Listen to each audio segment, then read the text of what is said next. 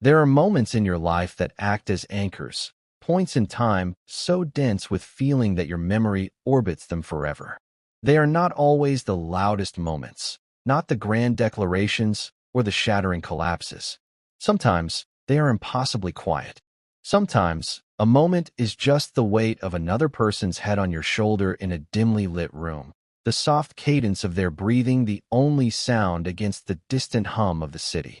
For me, such a moment had arrived, disguised as just another Tuesday night. Leo was asleep, his body slumped against mine on the old corduroy couch that had seen more of my life than any person ever had. His hair, still damp from the evening rain, smelled of ozone and the clean, sharp scent of the shampoo he used. It was a simple, domestic smell, yet in that moment, it felt like the most profound secret I had ever been trusted to keep. This had become our ritual, though we never named it as such. It was a silent agreement forged from his exhaustion and my inability to ever turn him away. He would arrive late, a ghost at my door, his shoulders slumped under the weight of his consulting job, of the endless flights and sterile hotel rooms that defined his existence. He never needed to say much. The weariness was a visible cloak he wore, and my apartment, it seemed, was the one place he could shrug it off. He would sink into the couch. I would put on some quiet music or an old film we both knew by heart, and eventually, the tension would seep from his frame. His head would list, at first incrementally, a slow surrender to gravity, until it found its resting place in the curve of my shoulder.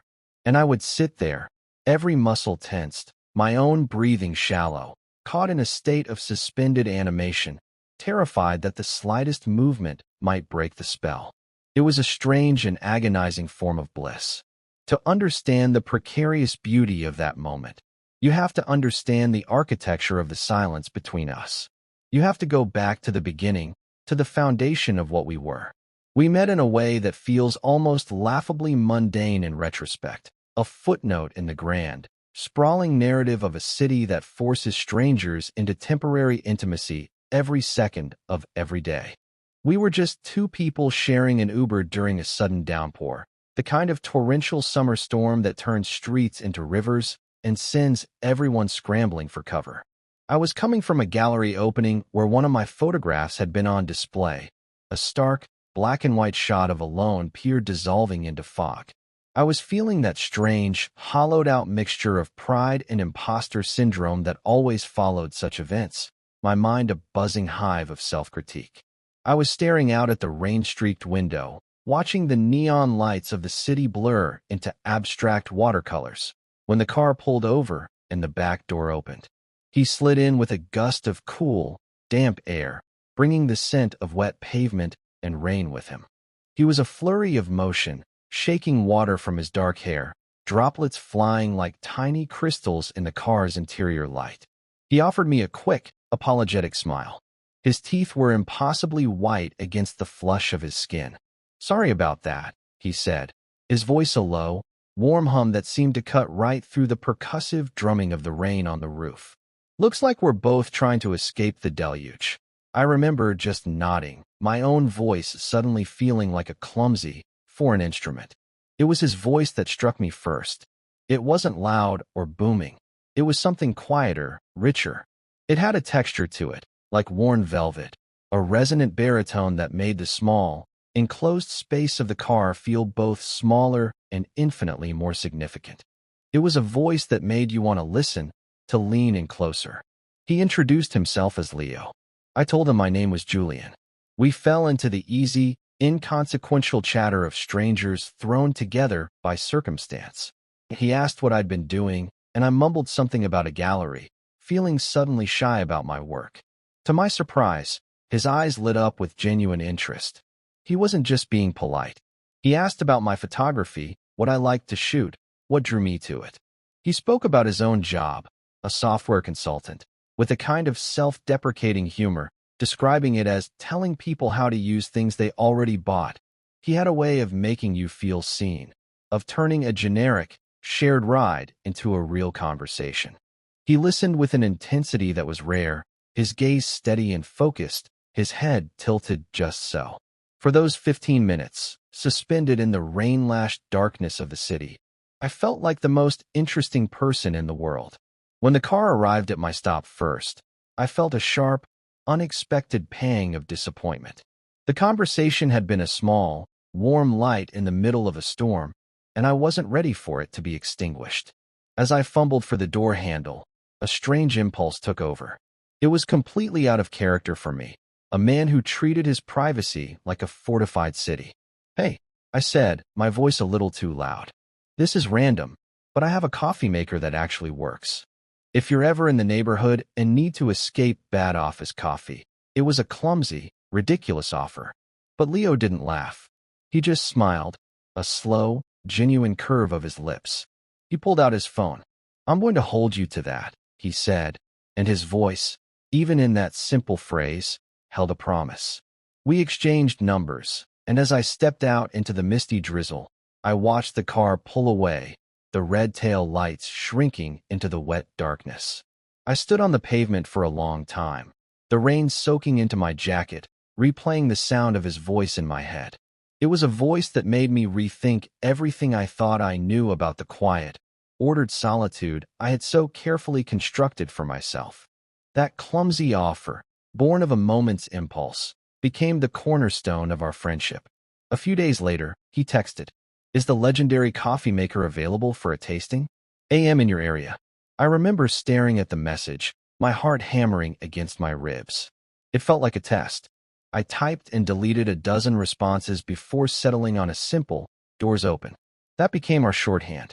He came over that afternoon, and the coffee was, admittedly, very good. But the coffee was just the pretext. We talked for 3 hours, sitting on my worn-out couch, the afternoon sun slanting through the large window of my studio apartment. We talked about everything and nothing, about his travels, my photography, the best and worst pizza places in a 5-mile radius, the quiet anxieties that keep you awake at 3 in the morning. It was effortless. With Leo, the silence was never awkward. It was a comfortable, shared space, a pause to gather your thoughts before diving back in. Our friendship grew like a photograph developing in a darkroom, gradually revealing its details, its contrasts, its depth. It was built on a foundation of these small, accumulated moments. He would text me from airport lounges in cities with names I could barely pronounce, sending me pictures of bizarre local snacks or ridiculously opulent hotel lobbies. I would send him photos I'd just taken, a shot of the morning light hitting a brick wall in a particular way, or the gnarled hands of an old man selling flowers on a street corner. We were creating a private dialogue, a visual and verbal language that belonged only to us. He was the one person I could show a new, unedited photograph to without a long, defensive explanation. He wouldn't just say, "That's nice," he would say, "I like how you caught the way the light is falling there. It feels lonely," but in a good way. He saw what I was trying to say without me having to say it. He was, in many ways, my opposite. Where I was quiet and observant, a collector of small, overlooked details, Leo was all kinetic energy and bright, easy charm. People were drawn to him. He moved through the world with a confidence that I could only ever feign. He had a constellation of friends, a history of relationships that he spoke of with a kind of gentle, rueful fondness. There had been a serious girlfriend, Sarah, for a few years. He mentioned her occasionally, not with sadness, but with the detached analysis of a project that had simply run its course. "We wanted different things," he'd said once, shrugging. "She wanted a blueprint for the next 20 years. I was still trying to figure out the next 20 days. That restlessness was central to him. It's what made him good at his job, this ability to land in a new city, solve a problem, and move on without leaving too much of himself behind. My life, by contrast, was a study in stillness. My apartment was my darkroom, my studio, my sanctuary.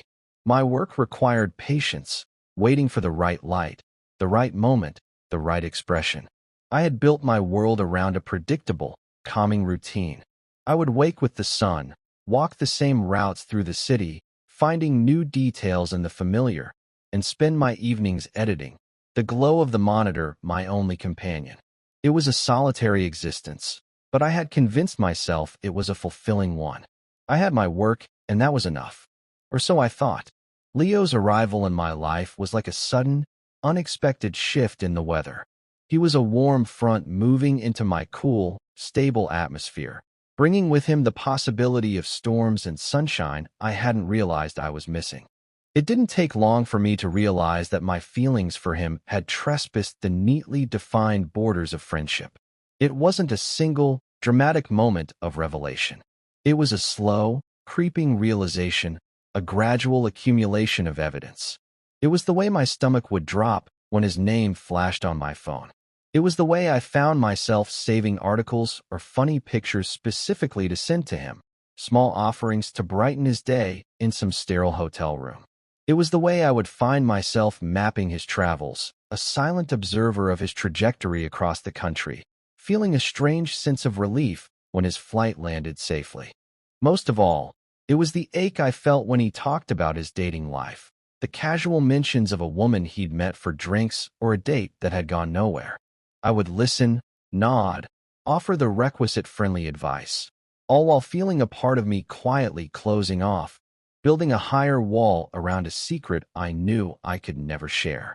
To love your best friend is to become a master of espionage. You learn to live a double life within your own mind. You become an expert in the art of the subtle feint, the casual deflection. You learn to ration your affection, doling it out in socially acceptable, platonic doses. A quick pat on the back instead of the hand you want to hold. A friendly, "Good to see you, man," instead of the "I missed you more than you can possibly imagine," that is screaming in your head. You become a hyper-vigilant observer of your own behavior, constantly scanning for any sign that you might have given yourself away. It was exhausting. My friendship with Leo was the most precious, life-affirming thing I had, and the thought of shattering it with the clumsy weight of my own feelings was a terror that lived with me constantly. So I packed those feelings away, stored them in a locked room in the architecture of my heart, and resolved to be the best friend I could be. The quiet observer. The safe harbor. That was my role, and I was determined to play it perfectly.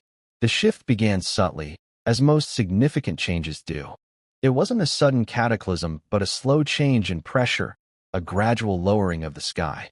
Leo's work had always been demanding, but it escalated into something else entirely. A massive, company-wide project had him crisscrossing the country with a frantic, relentless schedule. He was living on airplanes and in conference rooms, fueled by caffeine and adrenaline. When he was back in town, he was a different person. The bright, kinetic energy that had once defined him was frayed at the edges, replaced by a deep, bone-weary exhaustion. The easy charm was still there, but it was a thinner veneer, and I could see the cracks in it. He stopped talking about going out, about dating. His brief periods at home became about one thing: decompression. He started showing up at my apartment without calling first.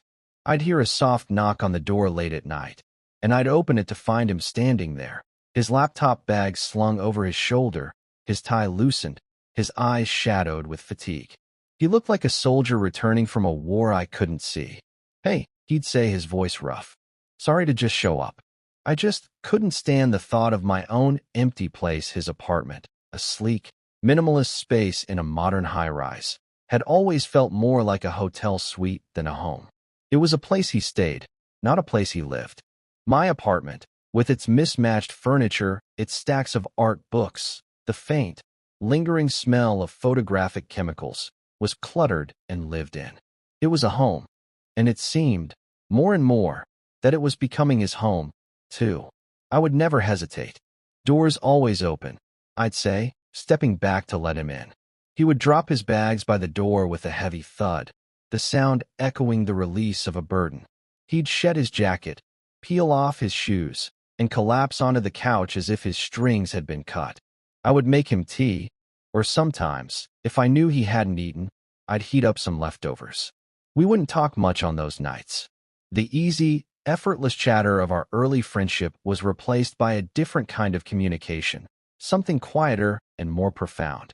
It was a communication built on presence. My presence was a promise that he didn't have to perform, that he could just be. He didn't have to be the charming consultant or the witty conversationalist. He could just be Leo, exhausted and undone, and that would be enough. The first time he fell asleep on me, it was an accident, or at least it had the perfect disguise of one. We were watching an old black and white movie, something I'd put on more for atmosphere than for actual viewing. He was sitting at the far end of the couch, his head leaning back against the cushions, his eyes closed. I thought he was just resting them. I was focused on the film, on the play of light and shadow on the screen, a language I understood better than words. I was so lost in it that I didn't notice him start to list in my direction. It was a slow, almost imperceptible drift, a body surrendering to the pull of sleep. I felt a slight pressure against my arm first, and then, with a soft sigh, his head came to rest on my shoulder. My entire body went rigid. Every nerve ending fired at once. It was as if a live wire had been pressed against my skin. I held my breath, my heart a frantic drum against my ribs.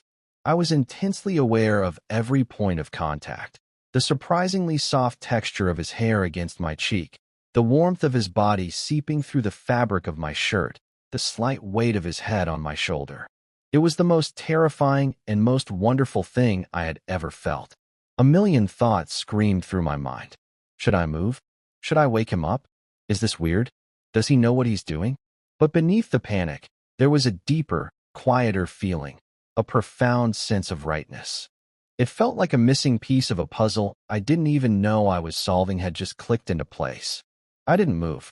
I sat there for what must have been 2 hours, my arm going numb, my neck stiffening, a willing statue providing a temporary sanctuary. I studied the side of his face in the flickering light of the television, the sweep of his dark eyelashes against his cheek, the slight parting of his lips, the relaxed set of his jaw, free from the tension I was so used to seeing there. He looked younger, more vulnerable. The polished armor of the successful consultant was gone, and in its place was just a man, asleep and trusting. The trust was the thing that undid me. In that simple, unconscious act, he was offering me a level of trust he had never offered in words. He was letting me see him unguarded, and he was trusting me to be a safe place for that vulnerability. The fear I felt was not just about my own hidden feelings. It was the fear of failing that trust. When the movie ended and the screen went black, plunging the room into near darkness, I knew I had to do something. My own apartment suddenly felt like a foreign country. Gently, so gently I was barely moving, I shifted my weight. Leo stirred, making a soft, mumbled sound in his sleep, and burrowed his head deeper into my shoulder. My heart stopped. He wasn't waking up. He was getting more comfortable. I had to make a decision. I could wake him, make some awkward joke, and send him home to his empty apartment. That would be the safe thing to do, the thing that kept the lines of our friendship clear and distinct. Or I could let him stay. I could let this moment exist in all its terrifying, beautiful ambiguity. I chose the latter. I carefully reached for the soft woolen throw blanket I kept on the back of the couch and draped it over him. His breathing evened out, deep and steady. I sat there in the dark for another hour, listening to him breathe, feeling the weight of him against me, and I knew, with a certainty that was both terrifying and thrilling, that something had irrevocably changed. The door I had kept so carefully locked inside myself had just been pushed wide open. That night established the new geography of our friendship. It was the beginning of the ritual. It didn't happen every time he came over, but it happened often enough to become a silent expectation, a new, unspoken clause in our contract. He would arrive, frayed and weary, and I would be his anchor. The couch became our shared territory, a small island in the vast sea of his chaotic life. The progression was slow, a study in increments. The first few times, he would jolt awake after an hour or two, a look of dazed confusion on his face. "Oh man, I'm so sorry," he'd mumble, rubbing his eyes. I completely passed out. I would just shrug, trying to project an aura of casual nonchalance that I was nowhere close to feeling. "Don't worry about it," I'd say, my voice carefully neutral. "You were clearly exhausted." He would gather his things and leave, and I would be left alone in the vibrating silence of my apartment, the indentation on the couch cushion and the lingering warmth where he had been the only evidence he was ever there. But over time, his apologies became less frequent, and his sleep became deeper. He stopped jolting awake with a start. Instead, he would simply sleep, sometimes for hours, his body completely relaxed against mine. It was a slow, deliberate erosion of boundaries, and I was a willing participant in my own undoing. My internal world during these episodes was a maelstrom. Every night he fell asleep on me was a fresh exercise in self-torture and secret joy. I would sit there, a prisoner of my own hospitality, my mind racing. I analyzed every detail, searching for meaning, for clues. Was this just about comfort and convenience for him? Was I nothing more than a living pillow, a convenient and non-threatening source of warmth? Or was there something more? Was this his own unconscious way of reaching for an intimacy he couldn't ask for with words? I became a scholar of his sleeping form. I learned the subtle shifts in his breathing that signaled his descent into deep sleep. I learned the way his hand, which would often be resting on the cushion between us, would sometimes twitch, his fingers curling and uncurling as if grasping for something in a dream. On one occasion, his hand drifted in his sleep until his fingers brushed against mine. The contact was electric, a jolt that shot up my arm and straight to my heart. I froze, my own hand rigid, my knuckles white. His fingers were warm, his touch feather-light. He didn't pull away. His hand just rested there, the side of his pinky finger pressed against mine. It was the barest, most incidental of touches, and yet it felt like a confession. I spent the next hour in a state of heightened awareness, every thought consumed by the tiny point of contact between our hands.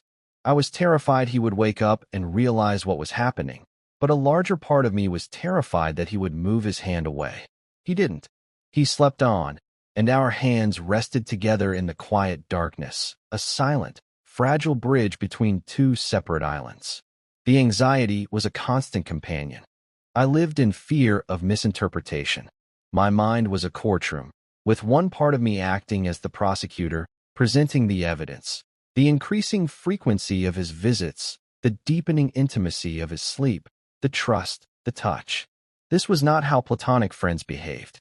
This had to mean something. But then the defense attorney would rise, a much more cautious and cynical voice, and systematically dismantle the case. He's just tired, it would argue. He's lonely. You're convenient. You're reading far too much into the unconscious actions of an exhausted man. To him, you are safe, non-threatening. You are a brother, a piece of furniture. To assign romantic meaning to this is to project your own desires onto him, and that is a dangerous, selfish act that will only lead to ruin. The debate was endless, a circular argument that left me dizzy and heartsick. My photography became my only outlet. I couldn't photograph him, of course. That would be too direct, too revealing. It would be like admitting everything. Instead, I started taking pictures of the aftermath, the evidence of his presence. I took a photo of the couch in the early morning light, the deep indentation still visible in the corduroy cushion. I took a picture of the coffee mug he'd used, left on the table, a faint lipstick-like smudge of tea still on the rim. I took a picture of the throw blanket, crumpled at the end of the couch where I'd left it after covering him. They were photos of absence, of longing. They were quiet, melancholic studies of an empty space that had, only hours before, been filled with a life-altering presence. My art, which had always been about finding beauty in the external world, had turned inward. I was documenting the geography of my own heart, creating a visual record of a love that I was too afraid to speak aloud. This ritual, this strange and beautiful dance of proximity and denial, went on for months. It became the new normal. His travel schedule was still brutal, but my apartment was his fixed point, the place he returned to not just to sleep, but to heal. He would sometimes arrive and not even make it to the couch. Once, I found him asleep in the armchair by the window, his head resting against the cool glass, the city lights painting patterns on his face. I draped the blanket over him and left him there, watching him for a long time from the doorway of my small kitchen. He looked so out of place and yet so perfectly at home. My apartment had become a repository for his exhaustion, and I had become its keeper. I was the keeper of his sleep, the guardian of his vulnerability. It was a role that was simultaneously fulfilling and agonizingly incomplete. I had his trust, his closeness, his unguarded self. I had everything except the one thing I truly wanted, the truth. I remember thinking about doors. My work as a photographer had taught me to think about frames, about what is included and what is left out. A door is a frame of a different kind. It is both a barrier and an invitation. It marks a boundary between the public and the private. For months, Leo had been walking through my physical door, crossing the threshold from the outside world into my private space. But there were other doors, other thresholds, that remained firmly closed. The door to my own feelings was locked and bolted, and the door to his was, to me, an enigma. I didn't know if it was locked or simply closed, or if it was standing wide open, waiting for me to find the courage to walk through. This state of limbo, this existence in the hallway between two rooms, was becoming unbearable. The comfort of the ritual was beginning to be outweighed by the anxiety of its ambiguity. I knew that something had to break. I just didn't know if it would be the silence, or if it would be me. The night it all changed started just like any other. A soft knock, the weary slump of his shoulders, the familiar weight of his presence sinking into the couch beside me.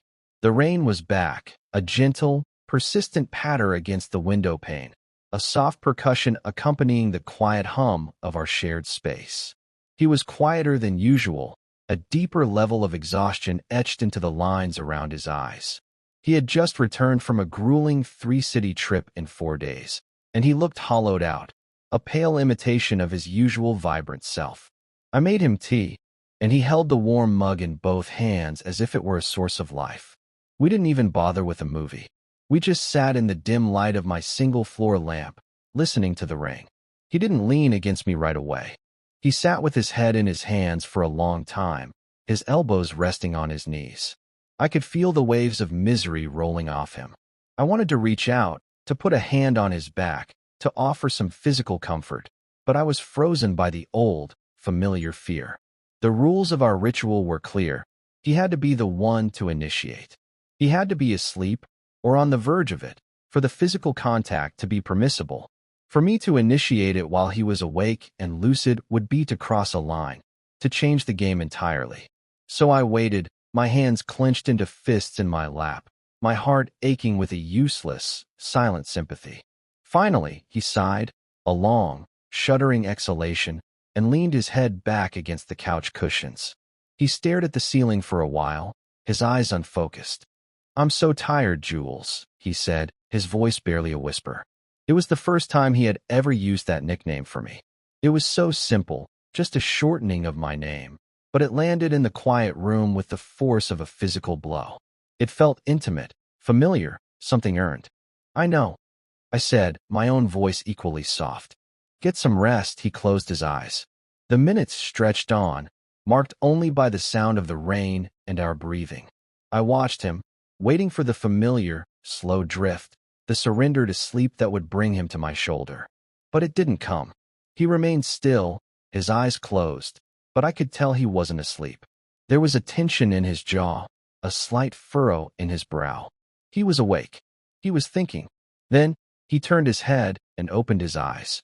He looked directly at me. His gaze was steady, clear, and filled with an emotion I couldn't decipher. It wasn't exhaustion. It was something else, something more vulnerable and more terrifying. The silence in the room became heavy, charged with all the things we had never said. The air itself felt thick, difficult to breathe. My heart was pounding so hard I was sure he could hear it. This was it. This was the moment the earth shifted on its axis. He didn't move from his end of the couch. The physical distance between us, a mere 2 feet of corduroy, suddenly felt like a vast, unbridgeable chasm. "Julian," he said, his voice low and serious. The sound of my full name was a shock after the casual intimacy of Jules. "Can I ask you something?" I could only nod, my throat too tight for words. He held my gaze, and in his eyes, I saw a universe of fear and uncertainty that mirrored my own. "Would it be okay?" he began, his voice dropping even lower, a raw, hesitant whisper. He swallowed, as if the words themselves were difficult to form. "Would it be okay if I kissed you?" The question hung in the air between us, a fragile, shimmering thing. It was not a proposition. It was not a confident advance. It was a plea. It was the purest, most vulnerable request I had ever heard. He was giving me all the power. He was laying his own uncertainty bare, offering me the choice to accept or reject it, to keep the walls of our friendship intact or to help him tear them down. All the nights of agonizing, of debating, of analyzing every tiny gesture, it all came down to this. The prosecutor and the defense attorney in my head fell silent. There was no more room for debate. There was only the truth, raw and terrifying and beautiful, hanging in the space between us. Time seemed to slow down, to stretch and warp. I saw the flicker of fear in his eyes as the silence stretched on, the fear that he had made a catastrophic mistake, that he had misinterpreted everything, that he had just destroyed the one safe place he had in the world. And in that flicker of his fear, I found my own courage. I saw that he was just as lost in this ambiguous space as I was. He was not the unknowing initiator. He was a man who knew exactly what he was asking for and was terrified of the answer. All my anxiety, all my fear of ruining our friendship, it paled in comparison to the sudden, overwhelming need to let him know that he was not alone in this feeling. I didn't answer with words. Words felt inadequate, clumsy. Instead, I closed the distance. I leaned across the chasm of the couch, my movements slow, deliberate, giving him every opportunity to pull back, to change his mind. He didn't move. He just watched me, his eyes wide, his lips slightly parted. I stopped when my face was just inches from his. I could feel the warmth of his breath on my skin. I could see the dark flecks in the brown of his irises. I lifted a hand, the one that had so often ached to reach for him, and gently cupped his jaw. His skin was warm, the faint stubble a rough texture under my palm. He leaned into my touch, a small, almost imperceptible movement that was a surrender and an acceptance all at once. And then, I kissed him. It was not a kiss of passion or demand. It was a kiss of quiet confirmation. It was soft, hesitant, a question and an answer in one. It was the taste of tea and rain and a longing so deep it had become a part of my cellular structure. It was just a brief pressure of lips, but it contained months of unspoken feelings, of late-night vigils, of silent, shared spaces. When I pulled back, we just looked at each other. A single tear escaped from the corner of his eye and traced a path down his cheek. I wiped it away with my thumb. He let out a shaky breath, a sound that was halfway between a sob and a laugh. "Okay," he whispered, as if to himself. Okay, the single word was a release, an acknowledgement. The spell was broken. The ritual was over. And in its place, something new and infinitely more terrifying had just begun. The aftermath was not the gentle dawn I had foolishly imagined. It was a stark, cold silence. I woke the next morning to an empty apartment. The sun was streaming through the window, illuminating the space where he should have been. There was no note. The coffee mug he had used was washed and placed neatly in the drying rack, the only sign he had been there at all. It was a clean, surgical exit. It felt less like the morning after a breakthrough and more like the tidying of a crime scene. A cold knot of dread tightened in my stomach. I told myself he probably had an early flight, that he hadn't wanted to wake me. I clung to the rational explanations, the plausible deniability that had been the hallmark of our entire relationship. But a deeper, more primal part of me knew that this was not a simple, logistical departure. This was a retreat. I sent him a text a few hours later, trying to keep it light, casual.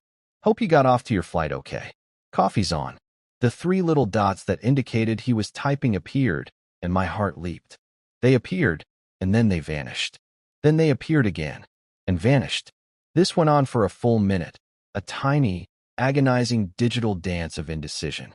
Finally, a message came through. "Yeah, landed in Chicago. Busy day. Talk later."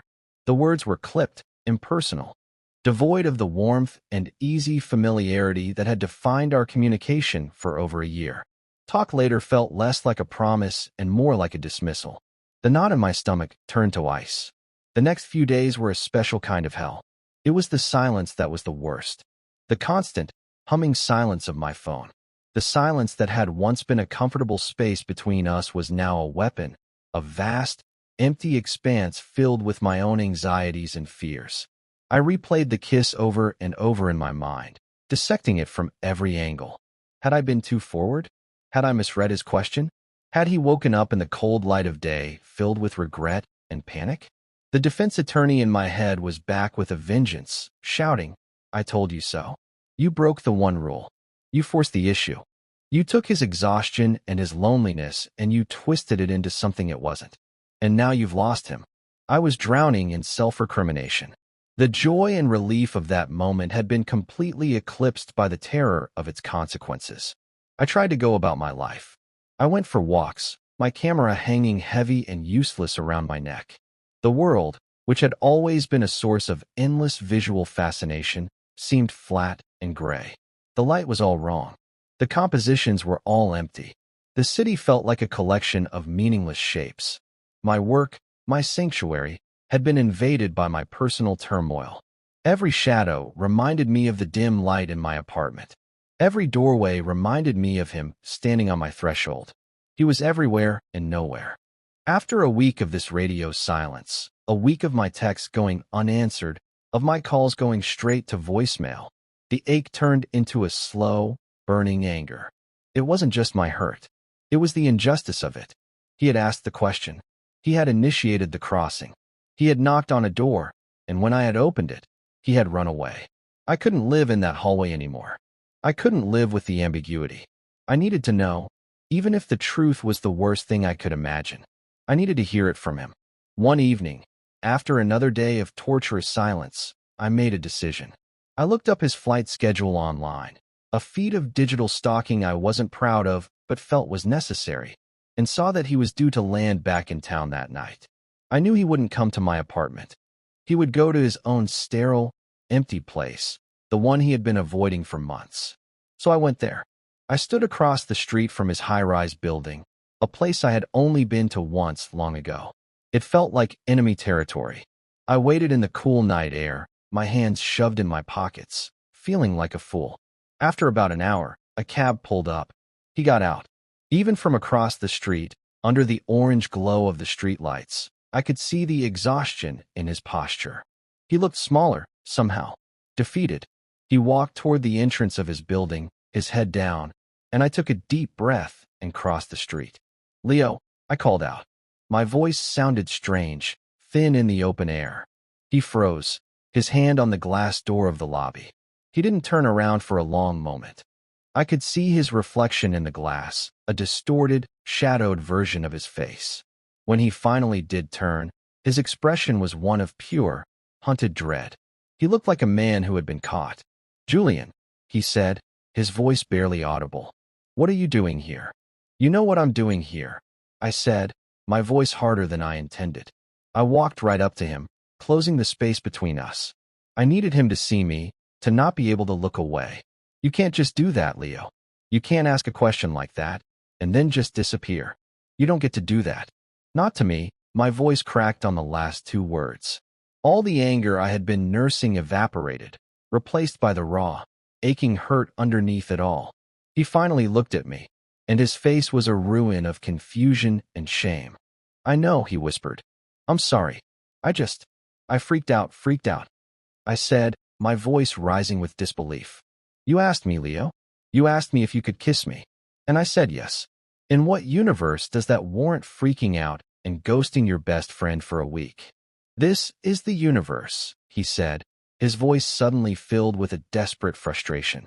He gestured wildly at the street, at the building, at the space between us. "This is the universe where I don't do that. Where I'm not, that." He couldn't even say the word. He looked so lost, so utterly terrified of a feeling that had ambushed him. He had spent his whole life moving, running from one place to the next, and now he had run into something he couldn't just leave behind in another city. He had run into himself. "That's not an answer," I said, my voice softening. The anger was gone. All I felt was a profound sadness for him, for both of us. I deserve more than that. Our friendship deserves more than that. I need you to talk to me. For real. No more running. I looked at him, and I saw the scared, lonely man who had fallen asleep on my shoulder so many times. I saw the man who trusted me enough to be vulnerable, even if he couldn't handle the consequences. He stared at me for a long time, his internal battle playing out across his face. Then, with a deep, shuddering sigh of resignation, he nodded. "Okay," he said, his voice thick with emotion. "Okay, come upstairs." He turned and pulled open the heavy glass door, holding it for me. As I walked past him, crossing another threshold, I didn't know if I was walking toward a real beginning or a final, painful end. But at least I knew I was finally walking out of the hallway. His apartment was exactly as I remembered it, and exactly as he had described it: cold, impersonal, and immaculate.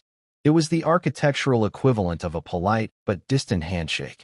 There were no books on the shelves, no pictures on the walls, just sleek, modern furniture that looked like it had been chosen from a catalog.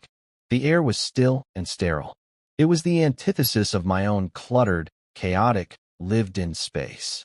Seeing it again, after all those nights he had spent seeking refuge at my place, I understood his flight from it more than ever.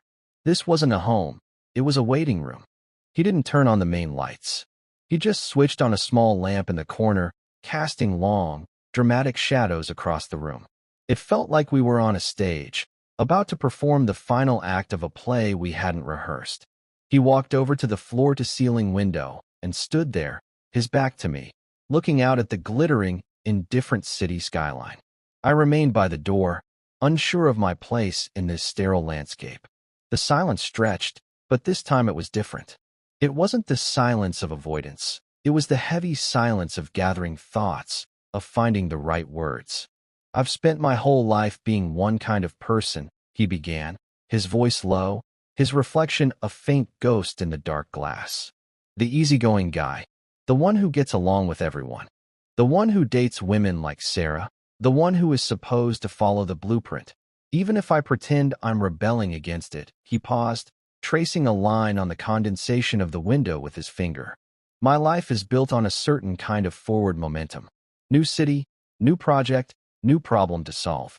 I never stay still long enough to have to really look at anything, especially myself." He turned around to face me then, and the look in his eyes was raw. "And then there was you," he said. "You in your quiet apartment and your stupidly good coffee. You were still. You are a still point in my ridiculous, spinning world. Coming to your place was the only time I felt like I could actually breathe. The only time I didn't have to be on." He took a step toward me. "I told myself it was just friendship, that I was just tired. I told myself that 1,000 times.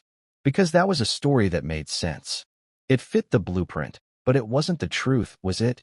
I asked softly, my own voice a near whisper.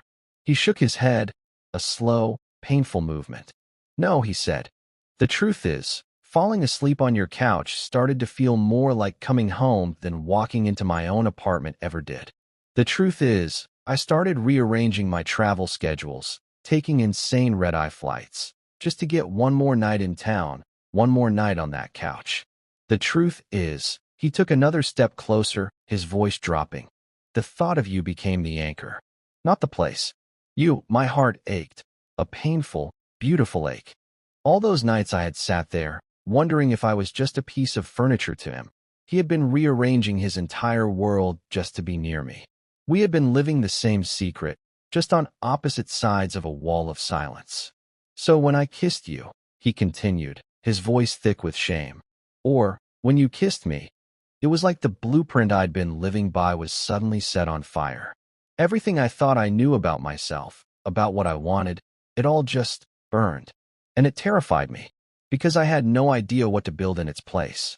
All I knew how to do was run. So I ran." He was standing right in front of me now, his eyes pleading for understanding.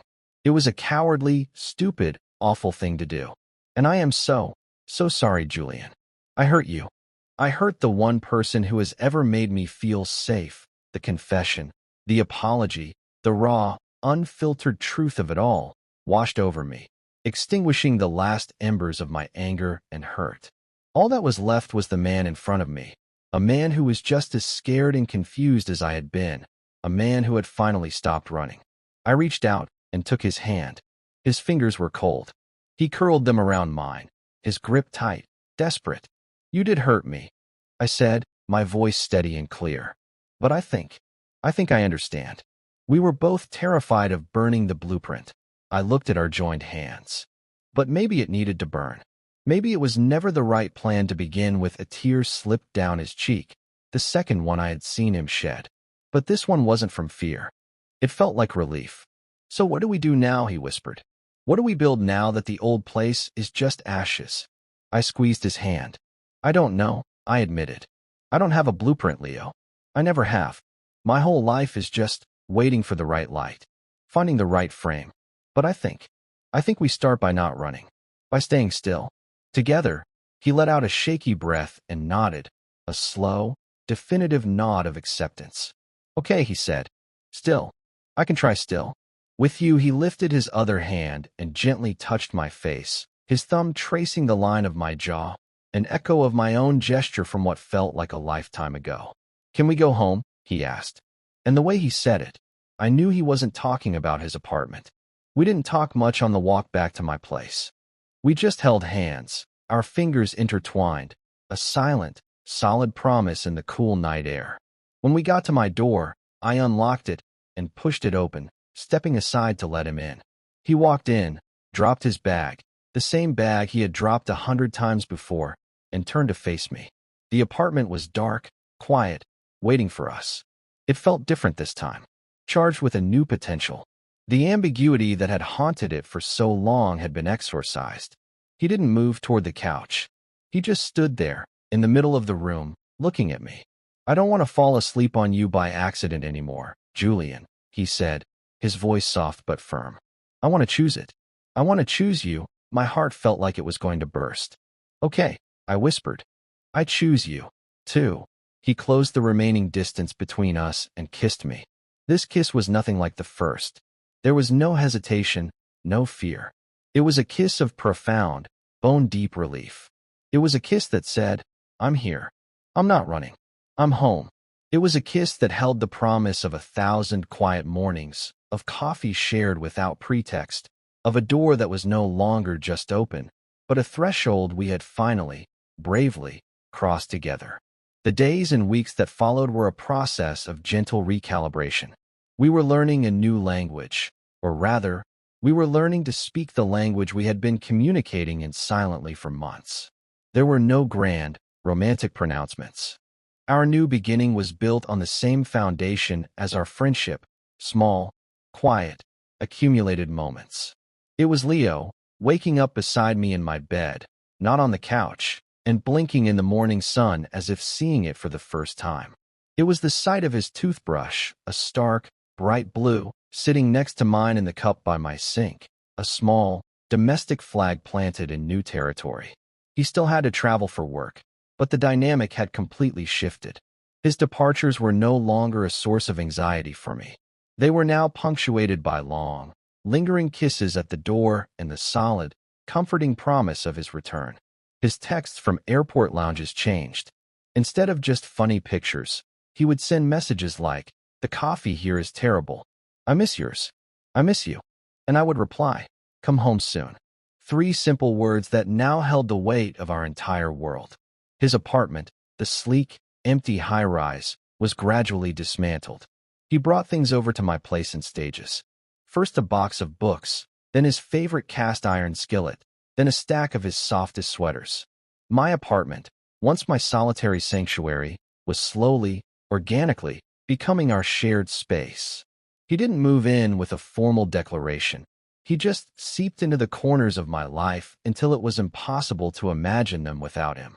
We had to navigate the fears, of course.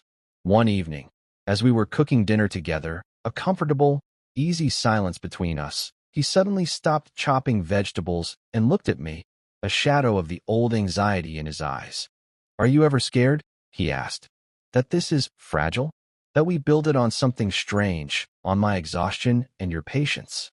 I stopped stirring the sauce and looked at him. I thought about it for a moment, about the strange, inverted way we had found each other. "No," I said, with a certainty that surprised even myself. "We didn't build it on exhaustion. We built it on trust. You were at your most vulnerable, and you trusted me. I was at my most guarded, and I let you in. That's not fragile, Leo. That's the strongest foundation I can imagine. He looked at me for a long moment, and the shadow in his eyes receded, replaced by the warm, steady light I had come to love. My photography changed, too. I finally took a picture of him. He was asleep, not on the couch, but in our bed, the morning light tracing the curve of his shoulder, his face relaxed and peaceful. It was not a photo of absence or longing. It was a photo of presence, of profound, quiet, breathtaking presence. When I showed it to him, he didn't say anything for a long time. He just stared at it. Then he looked at me, his eyes full of a soft, wondering emotion. "So that's how you see me," he whispered. "Yeah," I said. "That's how I see you," one rainy Tuesday night. Months after our confrontation and reconciliation, we found ourselves on the couch, watching an old movie. He had just gotten back from a short trip, and the familiar weariness was settled deep in his bones. As the movie played, I felt his head grow heavy, and with a soft sigh, he listed sideways until his head was resting on my shoulder. My body tensed for a fraction of a second, a muscle memory of the old anxiety. But then it relaxed. I didn't hold my breath. I didn't freeze. I just wrapped my arm around him, pulling him closer, and rested my own head against his. He stirred, nuzzling into the crook of my neck, and his hand found mine, his fingers lacing through mine with a comfortable, practiced ease. The ritual was the same, but the meaning was entirely different. There was no ambiguity, no fear, no frantic internal debate.